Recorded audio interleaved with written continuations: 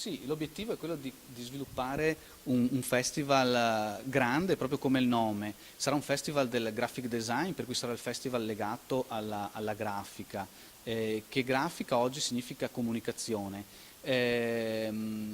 Noi stiamo mettendo in atto tutta una serie di iniziative per valorizzare Castelfranco Veneto e soprattutto per valorizzare questo tema che oggi la grafica viene vista da tanti punti di vista diversi.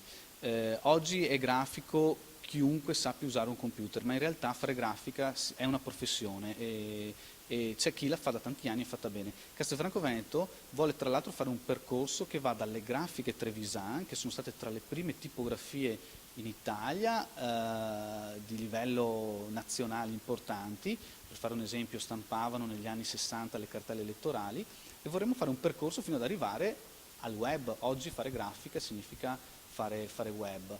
E in questo grande festival ci saranno delle giornate intense dove workshop, incontri con professionisti e le mostre dei concorsi che faremo con professionisti e studenti farà sì che Castelfranco diventi una città viva, una città bella, una città creativa.